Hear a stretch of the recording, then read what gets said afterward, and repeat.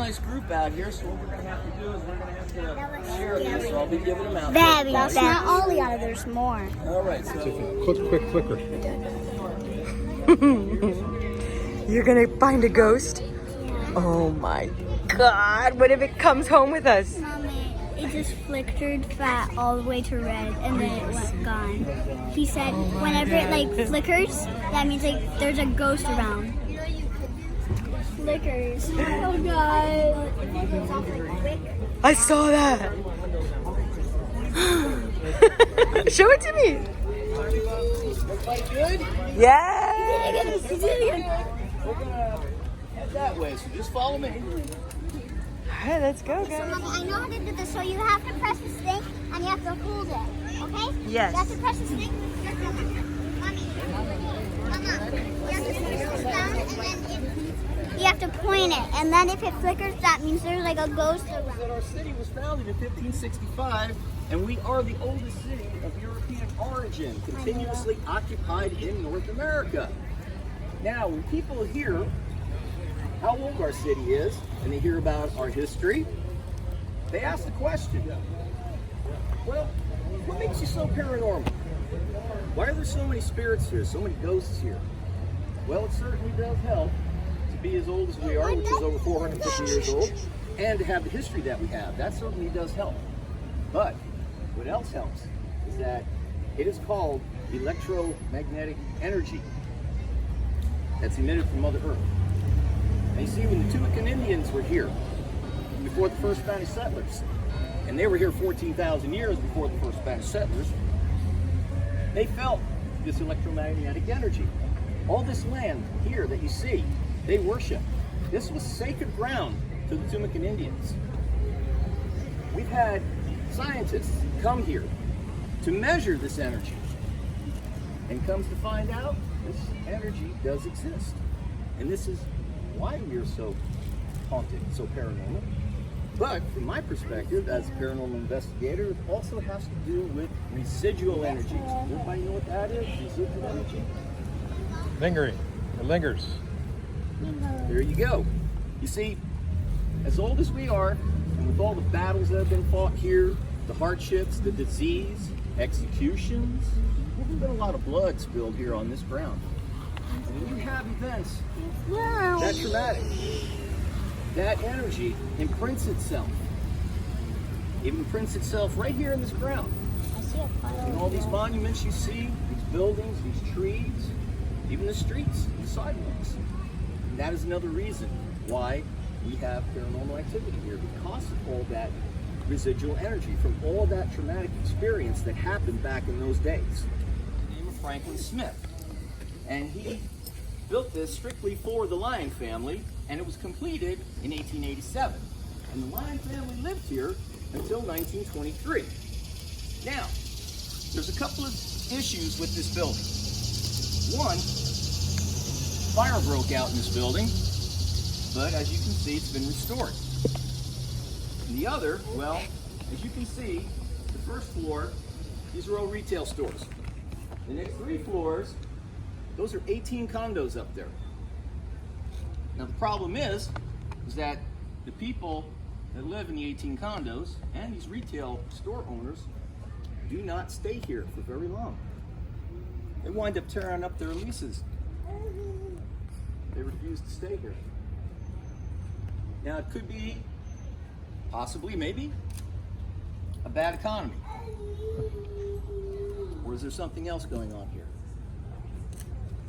You see, the people in this building, in these retail stores, they report seeing a dark figure of a man wandering the halls in these stores. They describe him as a man who wears a long Victorian coat and a top hat.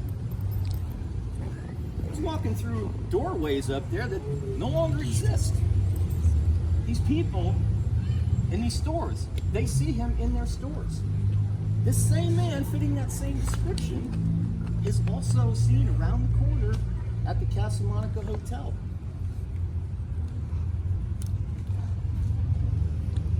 Because they love their beautiful home so much.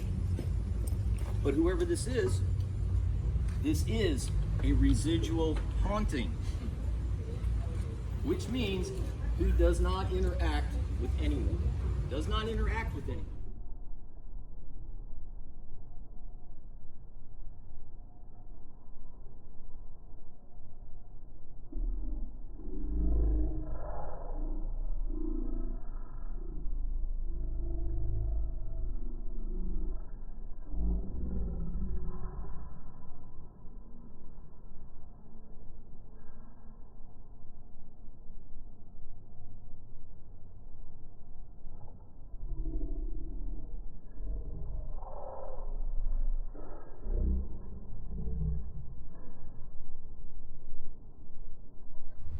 He just goes about his daily routine as he did.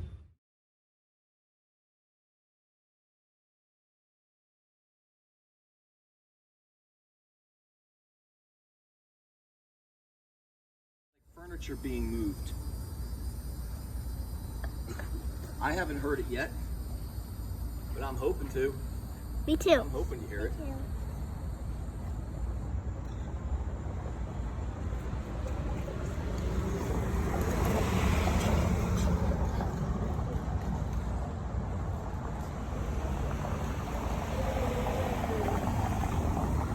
Now, it is also the most haunted street in St. Augustine. The most haunted Now, you have street to in notice St. that the street is in need of repair. But the problem is the city cannot repair this street. And the reason for that is because there are bodies buried under this street. Watch out who you step on. And that's why this road cannot be repaired.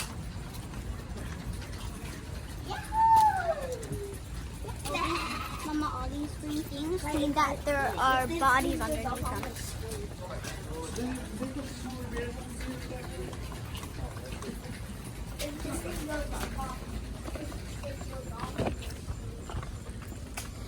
Okay.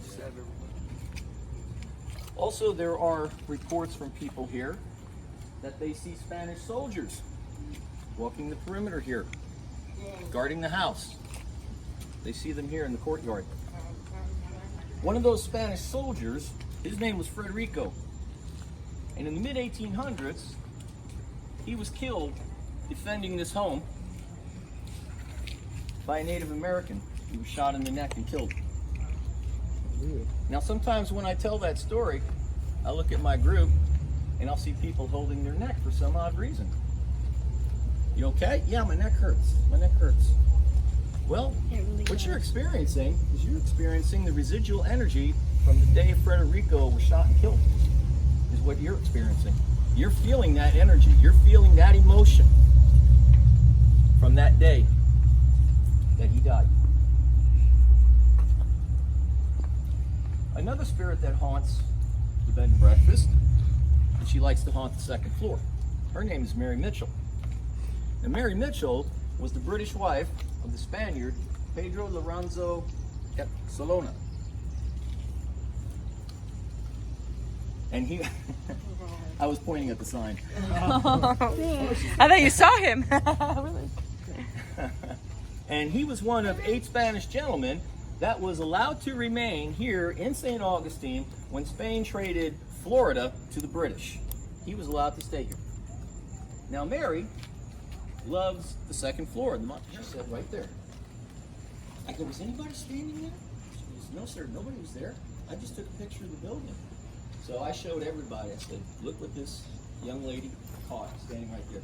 She caught a full body apparition standing there, and you could see the legs, the torso, the arms, the neck, the head, and it was wearing a big hat like mine. That's why she asked if it was me. An amazing photograph. Amazing. He hears somebody walking around the building. He hears it on the first floor, the second, and the third floor. There's nobody here but him. And the place is completely locked up. Another event that I read about, Dave was walking up the stairs to the second floor. And as he was walking up the stairs to the second floor, he heard a loud woman scream behind him. Thinking that somebody's in the building, he's going to get robbed, mugged. He decided he lunged forward, ran up the steps, a few steps, spun around. Nobody there. Nobody there. Now, this room right here, this is the bathroom.